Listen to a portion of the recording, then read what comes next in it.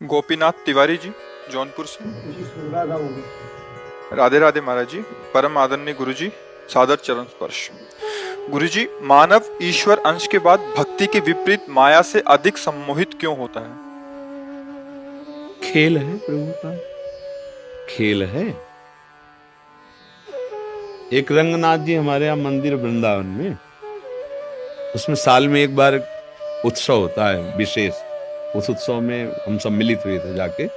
एक खंभा खड़ा हो गया, बहुत लंबा खंभा, उसके ऊपर अर्थ, धन और कुछ ऐसे जैसे कीमती पदार्थ, स्वर्ण है, मणि है, मीठा, ऐसी चीजें बांधी जाती है। इसके बाद आपको शरीर से चढ़ के और वो लेना है। हमारी बात समझना, खेल होता है।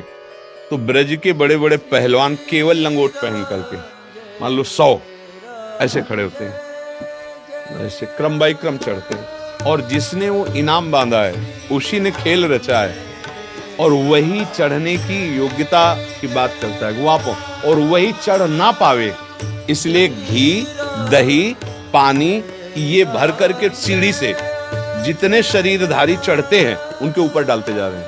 आप चढ़ के दिखाओ, और जो चढ़ पाता है तो वो संपत्ति और वो इनाम प्राप्त करता है। ऐसे ही भगवत प्राप्ति ऊंचाई पर बांध दी गई। खेल है, मालिक का खेल है। इसके बाद ये शब्द स्पर्श रूप रस गंध, ये फिसलन डाली गई। अब चढ़ो, वही डाल रहा है फिसलन जिसने इनाम बांधा है। परम पद का अधिकार, परमानंद की अनुभूति, चाहे सारिष्ट, सामीप्य, सायुज्य, जो भी चाहो पद वो प्राप्त हो जाएगा, पर फिसलन डाली जाएगी। अब तुम्हें फिसलना नहीं है, तो कई बार देखा कि पहुंचते पहुंचते फिसल गए, पर वो लोग हारे नहीं। 4-5 बार में फिर वो पहुंच गए, पकड़ लिया।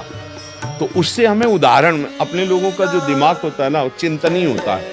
हर घटना में, हर बात में अपने काम की बात निकाल लेना। तो उस भागवतिक मेले में, उस दृश्य में ये बात पकड़ में आई, ठीक ऐसे ही मालिक खेल खेल रहा है।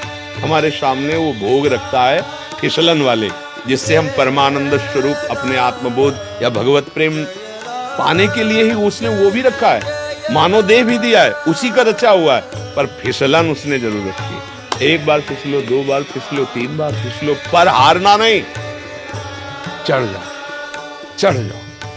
तो कभी काम फिसला देता है, कभी क्रोध फिसला देता है, कभी मोह, कभी अहंकार, कभी ईर्ष्या, मत्सरता, नाना प्रकार की फिसलन वाला हमारे सामने खेल रचा जाता है।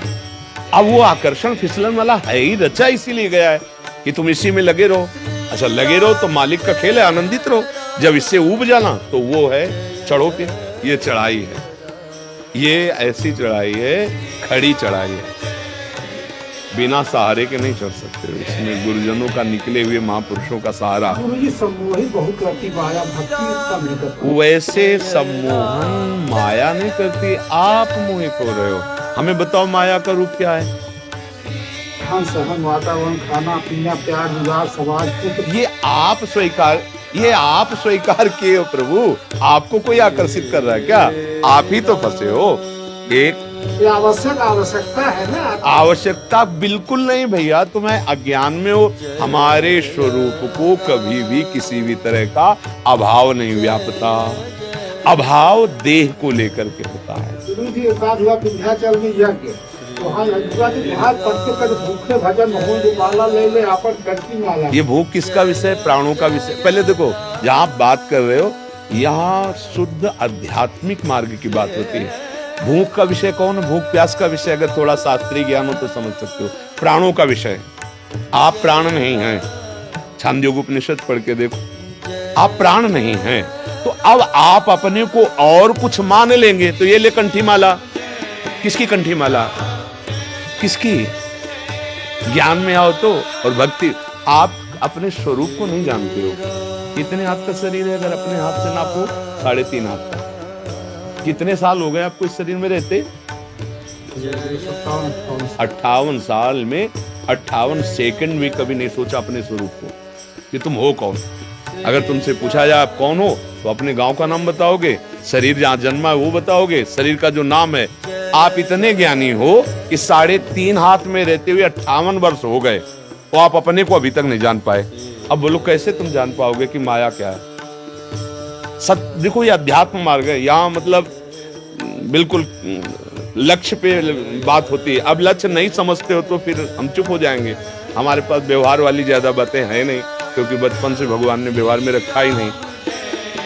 अपने को आप नहीं जानते हो भाई, शरीर को मान लिया। अब शरीर में अभाव ही अभाव है, स्वरूप में कभी अभाव नहीं है, प्रभु में कभी अभाव नहीं है, देह में अभाव। हम जिसको प्रिय मानते हैं, जिसको सुख मानते हैं, हम स्वयं उसको पकड़ लेते हैं और लगता है मैं इसके बिना जी नहीं सकता। ये हमारी गलती है, कोई माया नहीं है। जो हमें प्रिय लगता है वो हमें नहीं लगता है, इंद्रियों को लगता है। बहुत बढ़िया सुगंध आई। किसने बताया?